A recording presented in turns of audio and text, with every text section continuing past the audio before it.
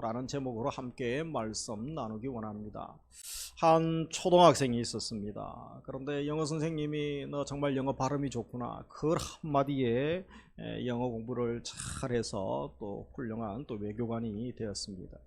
또 수학을 좋아하는 한 학생이 있었는데 이 선생님의 칭찬과 조그마한 관심 때문에 어려서 수학에 또 관심을 가지게 되어서 이 대수학자가 되어서 수십 년 동안 풀지 못했던 난제를 풀기도 합니다.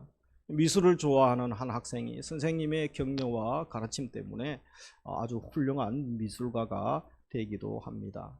우리가 어떤 사람을 만나고 힘든 순간, 또 중요한 순간에 누구의 격려와 지도가 있느냐, 이것은 대단히 중요한 것이죠. 우리 기독교 또 역사에 보면 특별히 기독교 교사 중에 헨리아타 미어즈라는 교사가 있습니다.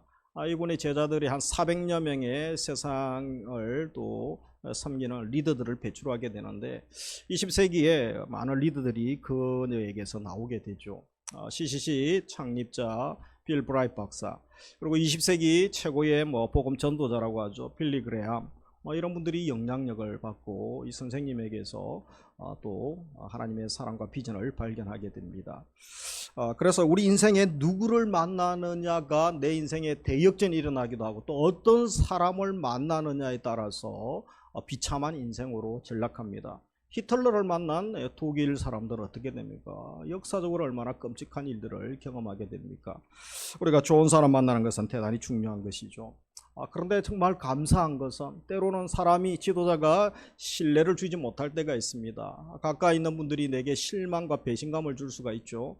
그러나 우리에게 참된 만족을 주시는 한 분이 계십니다. 예수님을 만나면 누구든지 변화되고 누구든지 새로운 삶과 또 소망을 가질 수 있는 줄 믿으시기 원합니다. 예수님 만나면 내 인생의 주인이 바뀌게 되죠. 나를 위하여 살던 삶, 내 인생 또 삶의 방식이 다 바뀌게 되죠. 존재 자체가 바뀌어지죠. 하나님 자녀가 되는 거죠. 그래서 지금까지 살아왔던 모든 방식, 내용들, 특별히 목적, 인생의 목적까지 예수님 만나면서 달라지게 되는 것입니다. 오늘 본문에 보면 이 바울이 예수님 만나기 전과 또 만난 이후에 그 삶의 많은 것들이, 모든 것이 바뀌었다라고 간증을 하고 있죠. 그래서 예수님 만나기 전에 그가 어떤 삶을 살았습니까? 그리고 만난 후에 어떤 삶이 또 바뀌었습니까? 대역전이 일어나죠. 소위 가치 전도가 일어났습니다. 이것이 바로 예수님 만난 사람의 특징이고 또 복음의 능력이라고 할 수 있는 것이죠. 예수님을 진짜 만났기 때문에, 주님의 엄청난 사랑을 받았기 때문에 이전에 자랑하고 소중히 여겼던 가치들이 그렇게 중요한 것이 아니구나, 심지어 그는 배설물이다, 그렇게 고백하고 있는 것입니다.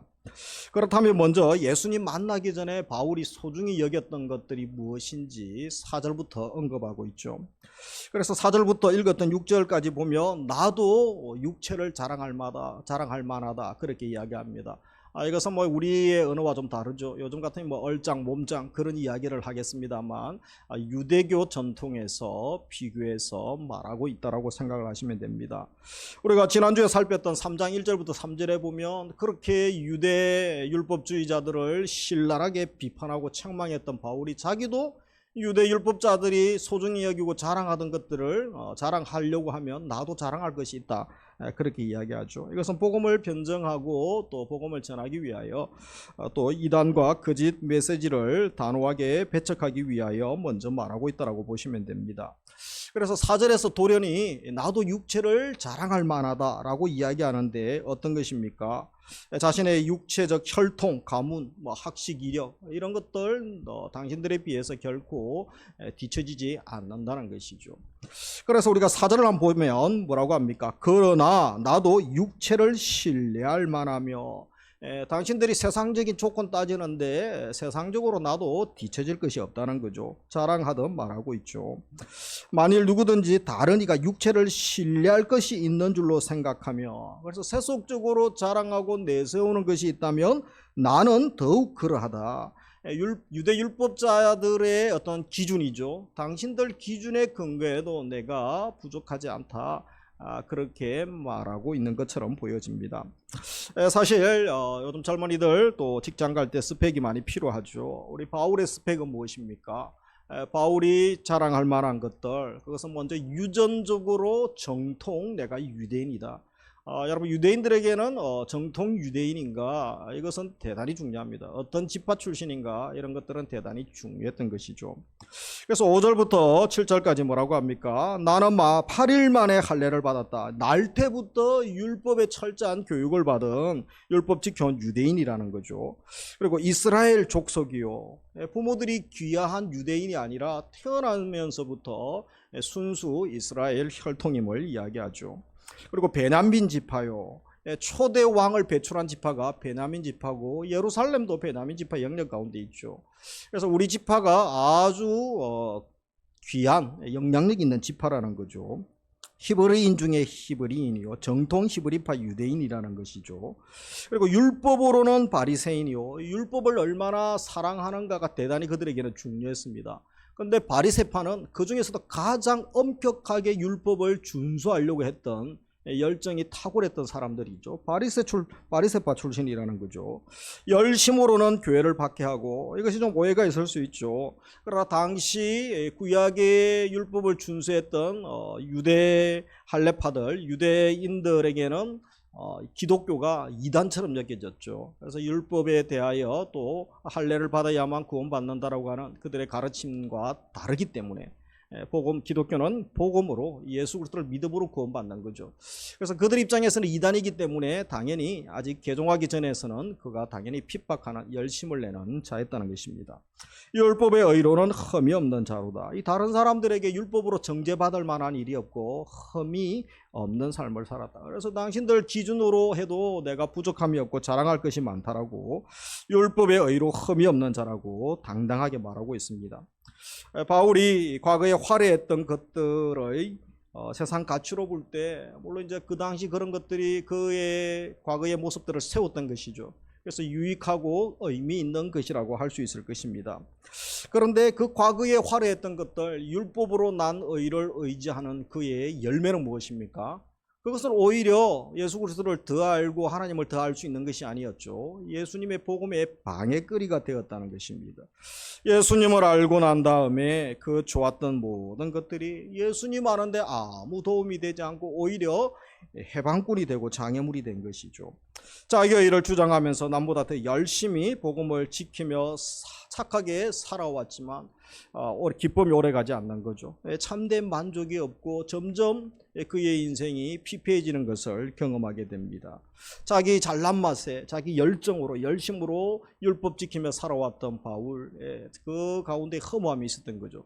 그래서 어둠에서 스스로 벗어날 수가 없는 것입니다. 그래서 로마서 6장, 7장, 8장 가기 전에 그의 과거의 모습들을 또 언급하고 있는 것도 있죠.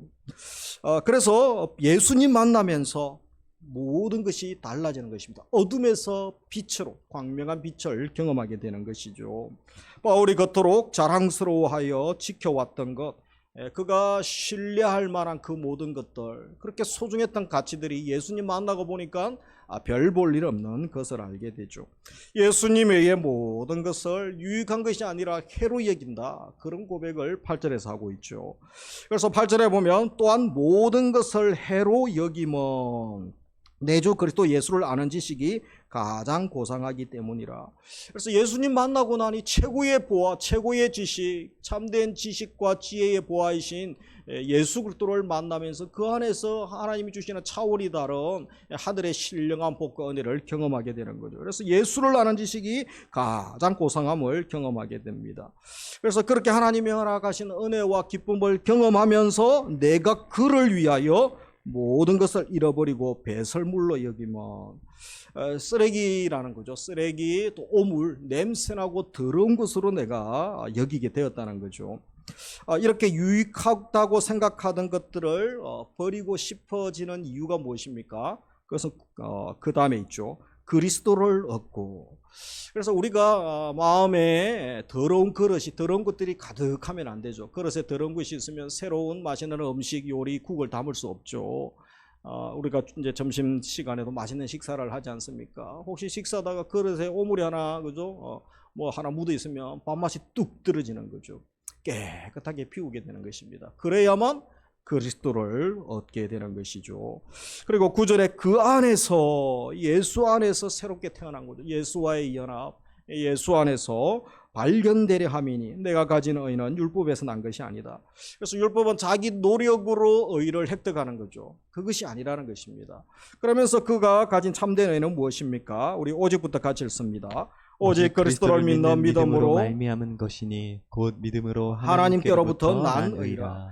바울 자신의 의는 율법으로 말미암은, 자기 노력으로 말미암은 것이 아니죠. 오직 하나님의 은혜로 선물로 주신 의라고 분명히 고백하게 된 것입니다. 그래서 이 바울이 예수님 만나고 난 다음에 모든 가치가 달라집니다. 그리고 모든 인생이 달라집니다. 박해자가 해방꾼이 목숨 걸고 또 순교자로, 복음 전하는 자로, 그리고 이전에 소중하게 여겼던 것들이 알고 보니까 별것이 아님을 알게 된 것이죠. 소위 가치 전도가 일어난 것입니다. 가치 대역전이 일어난 거죠.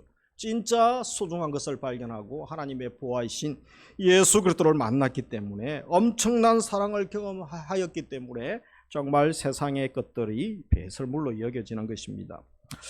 이처럼 우리가 복음 안에서 가치 전도가 일어날 때에 우리도 어떤 변화들이 일어나야 되겠습니까? 또 어떤 변화들이 일어나겠습니까? 이 세 가지를 기도 제목으로 삼고 우리 가정 자신, 또 한국교회를 위하여도 기도해야 되겠습니다.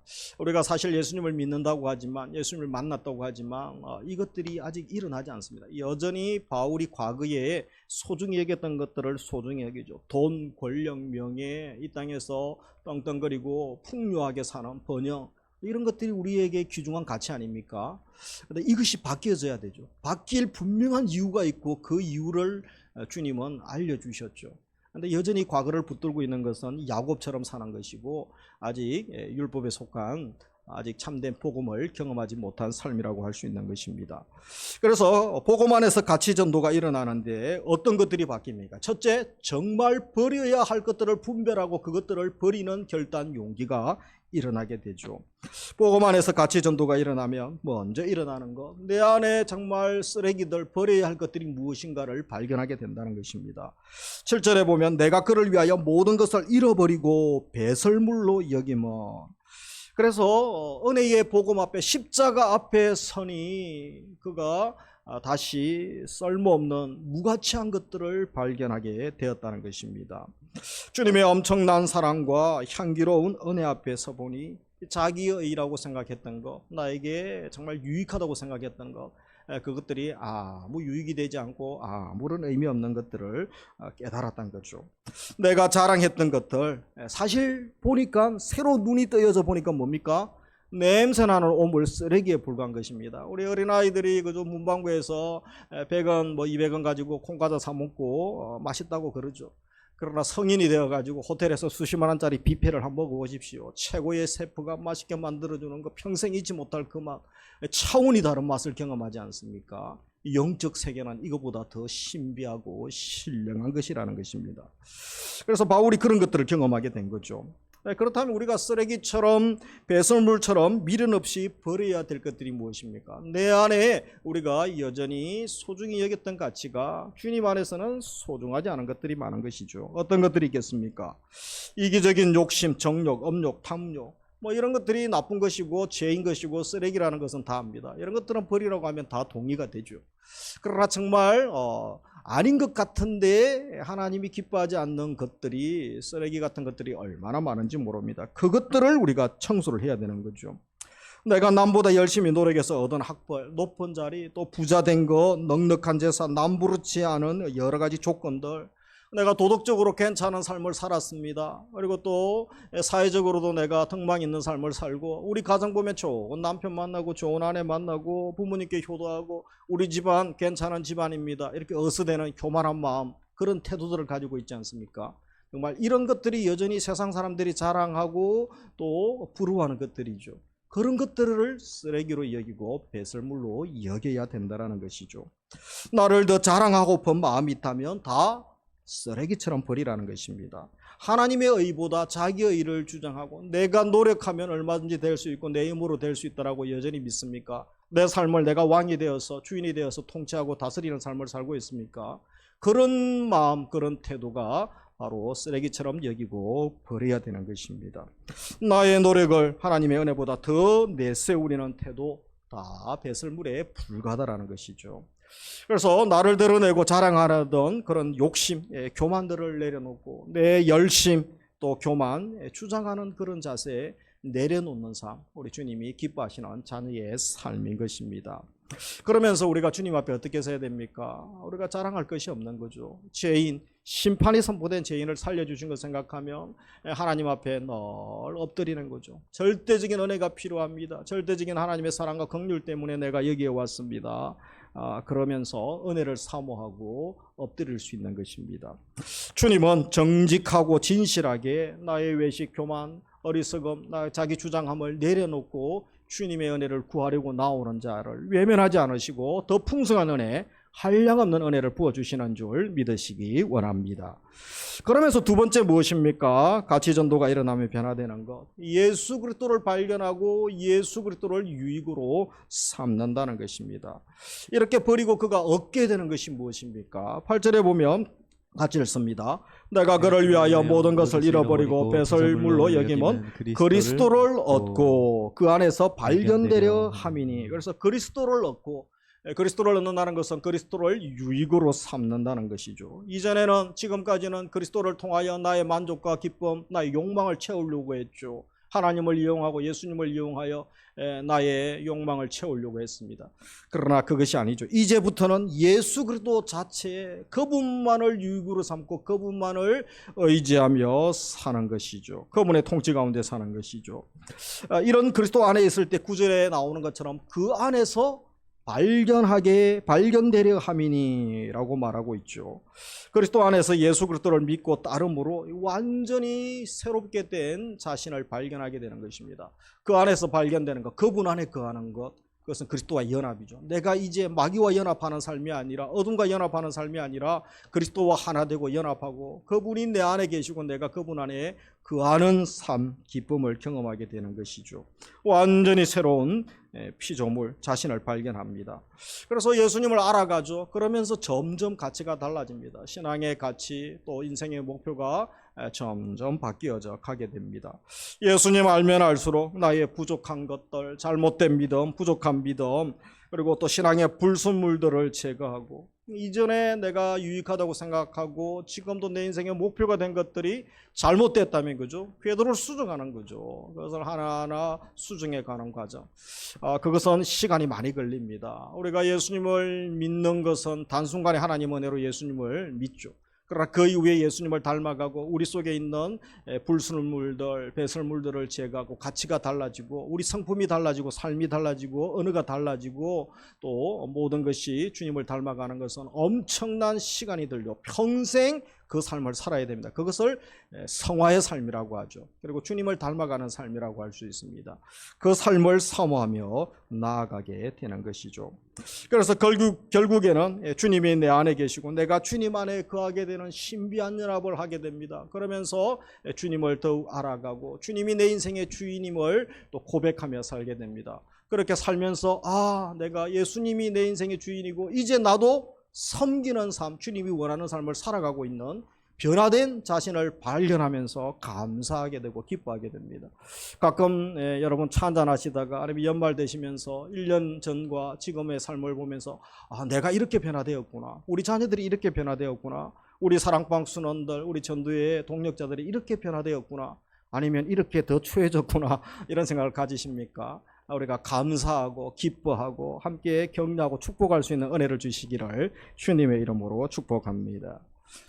옆에 분들 가면 인사했으면 좋겠습니다. 당신을 보니 참 놀랍습니다. 당신을 보니 참 놀랍습니다. 좋은 쪽으로 놀라고 감사할 수 있기를 주의 이름으로 축복합니다. 마지막 세 번째, 역전케 하시는 하나님을 경험하게 되는 것이죠. 예수 안에서 자기가 누구인지 발견한 인생, 전혀 다른 차원의 삶, 역전의 삶을 살게 되는 것입니다. 그래서 10절에 보면 같이 읽습니다. 내가 그리스도와 그 부활의 권능과 그 고난의 참여함을 알고자 하여. 이 말씀이 무슨 말씀입니까? 바울이 제가 더 알고 싶습니다. 알기를 원합니다죠. 누구를 알기를 원합니까? 예수님을 더 알기 원합니다. 예수님의 부활의 능력을 경험하기 원합니다. 그렇게 또 말하고 있죠. 그리고 예수님의 고난에 참여하여 나누는 진정한 교제 코이노니아를 경험하기를 원합니다.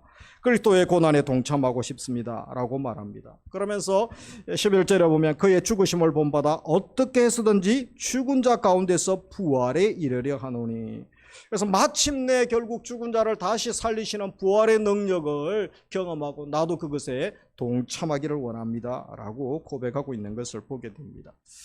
사실 예수님의 십자가 구원사역은 십자가 순환, 그 다음에 이제 죽으심, 부활이죠. 이 바울이 의도적으로 예수님의 사역을 거꾸로 이렇게 또 고백하죠. 그래서 부활을 먼저 언급하고 이제 고난을 언급하고 있죠. 그 이유가 있죠. 내가 그리스도와 부활의 권능을 체험했기에 그리스도의 고난에 동참하려고 합니다. 그리고 그리스도의 고난에 참여함으로 예수님을 더 알고 고난과 죽음을 통하여 결국은 부활의 능력을 확신하면서 날마다 새롭게 하시는 하나님의 은혜 가운데 살기를 원하는, 그리고 역전케 하시는 놀라운 하나님의 은혜를 경험하기를 원합니다라고 말하는 것입니다. 이렇게 분명한 확신과 또 열정과 사모함이 바울에게 있는 이유는 무엇입니까? 그건 한 가지를 경험했기 때문이죠. 예수 그리스도 안에서 발견될 뿐 아니라 부활을 경험했죠. 부활의 능력을 맛본 자, 부활의 능력을 경험한 사람은 우리가 부활절에만 설교하는 것이 아니고 1년 365일을 부활 소망, 부활의 능력으로 살아갈 수 있는 것입니다. 바울이 그래서 이 부활의 권능을 경험해서 그런 고백을 하죠. 부활의 권능이 무엇입니까? 살리는 거죠. 죽은 자를 살리죠. 우리가 사망에 선포된 우리를 살리고 죄인된 자를 의인되게 하는 거죠. 그리고 새로운 피조물로 바꾸는 능력이죠. 역전케 하시는 하나님의 능력, 그것이 바로 부활의 능력입니다. 바울이 이 부활을 경험하고 이런 고백을 할 수 있는 거죠. 그래서 우리도 부활의 권능을 확신한 성도로 살 수 있습니다. 부활의 권능을 확신한 성도는 차원이 다른 삶, 역전케 하시는 하나님을 경험하며 살아갈 수가 있는 거죠. 그래서 이 가치가 달라지고 역전의 삶을 살아갈 수 있습니다. 그런 삶이 어떤 삶이겠습니까? 그것은 예수님 믿고 난 다음에 가난하게 살다 갑자기 부자가 되고 학교에서 공부를 뒤에서 1등 하다가 앞에서 1등 하고 그런 것이 아닙니다. 그리고 거지처럼 살다가 갑자기 명문 가문이 되고 높은 자리에 올라가고 그렇게 말하는 것이 아닙니다. 이것은 무엇을 말하는 것입니까? 은혜 베푸시고 용서하시는 하나님을 만나고 난 다음에 보니까 내 눈이 열려지는 거죠. 그래서 세상에서 소중히 여긴 것, 내가 에너지를 집중하며 귀하게 여겼던 것들이 하나님 앞에서 보니까, 하나님 관점으로 보니까 아무것도 아니고 쓰레기고 배설물로 여기고 허무한 것을 알게 되는 것이죠. 그래서 배설물처럼 여기는 그 마음, 바로 가치가 달라진 가치 전도가 일어나는 것을 말하고 있는 것입니다. 그러면서 또 부활의 능력을 경험한 성도의 삶, 두 번째는 하나님의 역전은 모든 것이 합력하여 선을 이룬다는 사실을 알고 고백하게 되는 것이죠. 이 놀라운 것이 무엇입니까? 바울이 이전에 해로 여기고 또 이전 것들을 이제 배설물로 여기게 되죠. 그렇다면 그가 참으로 깨끗하지 않지 않습니까? 사실 과거가 있는 나쁜 그런 이력이 있는 사람이 바울이었습니다. 그런 사람도 예수님 만나고 난 다음에 하나님이 사용하시는데 그 과거의 그 삶을 나무라지 않으시는 거죠. 희한하게 사용하시는 거죠. 소위 합력하여 선을 이루어 가신 하나님, 이 하나님은 바울의 잘난 것, 좋은 것만 사용하시는 분이 아니십니다. 바울이 부끄럽고 숨기고 싶은 과거들도 복음 안에서 변화되게 하시고 치유가 되게 하시고 회복이 되게 하시면서 그것도 복음 전하는 소재로, 복음의 도구로 사용하시는 것입니다. 그래서 나의 상처, 나의 부끄러움, 나의 자랑하지 못한 것들이 있습니까? 다 치유가 일어나고 회복이 일어나고 주님 안에서 새롭게 해석될 수 있습니다. 그래서 상처 입은 치유자로 또 다른 상처와 고난, 아픔이 있는 가운데 나아가서 그들을 격려하고 위로하고 복음을 전하고 치유하고 회복하는 일을 할 수 있게 되는 것이죠. 그래서 역전케 하시는 하나님을 고백하며 함께 합력하여 선을 이루어 가시는 하나님을 바라보고 또 믿음으로 헌신할 수 있는 것이죠. 그러면서 세 번째, 기꺼이 그리스도의 고난에 참여하고 싶어지게 되는 것이죠. 부활의 능력을 경험한 성도, 부활 맛을 보았기 때문에 기꺼이 그리스도의 고난에 참여하기를 절구합니다. 우리 10절 같이 읽겠습니다. 내가 그리스도와 그 부활의 권능과 그 고난에 참여함을 알고자 하여. 그래서 그리스도와 그 부활의 권능, 그 다음에 고난에 참여함을 알기를 원합니다. 그런 말을 하죠. 로마서 8장 17절에 그와 함께 영광을 누리기 위하여 고난도 받아야 할 것이다. 바울이 로마서에서는 또 그렇게 표현하고 있습니다. 내게 은혜로 찾아오셔서 살려주셨던 능력을 경험했기 때문에, 부활의 능력을 경험했기 때문에 이제 아직 그 은혜와 부활 소망이 없는 자들에게 찾아가는 거죠. 그들을 위로하고 격려하고 또 부활 소망, 복음을 전하면서 함께 복음의 능력을 경험하기를 원합니다. 나누고 섬기는 삶을 살면서 어디까지 가게 됩니까? 그들의 고난, 예수 그리스도의 고난에 동참하면서 그들의 아픔과 고난에도 동참하는 자리까지 절거히 나아가는 거죠. 이것은 세상적으로는 불가능한 것이죠. 나의 목적과 나의 또 이윤이 되어야만 사람들은 그런 일을 하죠. 그러나 신앙인들은 예수 그리스도의 십자가와 부활을 경험하면 절거히 자원하여 그렇게 갑니다. 그래서 연말에 우리 사역도 함께 지원해 주세요. 어떤 분들은 그죠, 교육자가 말만 하기만 하면, 부장님이, 위원장님이 말만 하기만 기다렸는데 왜 이제 말씀하시냐고, 이런 분들이 많습니다. 그렇지 않은 분도 상당히 있긴 있어요. 우리는 앞에 말씀하신 것처럼 자원하여 기쁨으로 우리가 주의 일을 하는 게 고난이 아니죠. 기쁨이고 영광이고 특권이죠. 나 같은 자에게 주의 일을 하도록 찬양대 세워주시고, 오늘 찬양대 감기 걸린 분들이 많으신데 2025년에는 2배 이상 많이 헌신할 수 있기를 원합니다. 우리 2부 들으시는 분들 많은 또 교사 찬양대, 미디어, 또 우리 찬양팀도 있죠, 그죠? 수요예배, 금요예배, 또 우리 새가족팀, 안내팀, 주방, 봉사뿐 아니라 우리 추운 날씨에 주차 봉사지고 운행하시는 뭐 손을 벌벌벌 떨면서 손이 터면서 또 봉사지지 않습니까? 봉사할 곳이 너무 많습니다. 내가 걸을 수만 있다면, 손발을 쓸 수만 있다면 걷기가 불편합니까? 기도할 수 있지 않습니까? 중보기도자로 또 헌신하시고 뭐든지 하나님의 사역을 감당할 수 있습니다. 부활의 권능을, 부활의 능력을 경험한 자는 웬 엄청난 복을 나에게 주셨는지, 왜 이런 기쁨과 감격을 주셨는지, 예수 그리스도와 연합한 그 기쁨, 주님 안에 거하고 주님이 나를 통치하시고 지배하시는 그 기쁨, 그 감격 가운데 살아갈 수 있는 것입니다. 우리에게도 그런 소망과 은혜를 주시기를 주님의 이름으로 축복합니다. 말씀을 맺습니다. 예수님 외에 내가 자랑하고 예수님 것, 말씀이 아닌 것, 하늘 가치가 아닌데 내가 소중히 여겼던 것들 다시 한번 점검하면서 버릴 것은 버리고 연말이 가기 전에 정리할 수 있기를 원합니다. 나의 의를 버리고 내가 주인 삼은 것 버려야 되죠. 오직 예수님, 하나님의 의이신 예수님을 주인 삼고 주님의 통치 가운데 주님이 기뻐하시는 것 우리도 기뻐하고 사랑하고 우리의 모든 시간과 에너지와 또 정열을 쏟을 수 있기 원합니다. 그래서 한 주간도 먼저 내가 움켜쥐고 있던 내 의를 다 버리기 원합니다. 하나님 앞에 서면, 주님 은혜 앞에 서면 다 배설물이라고 하는 것 아직도 붙잡고 그것이 인생의 전부인 것처럼 살아가는 어리석은 자가 우리 2부 예배 들으시는 성도님 중에서는 한 분도 없기를 바랍니다.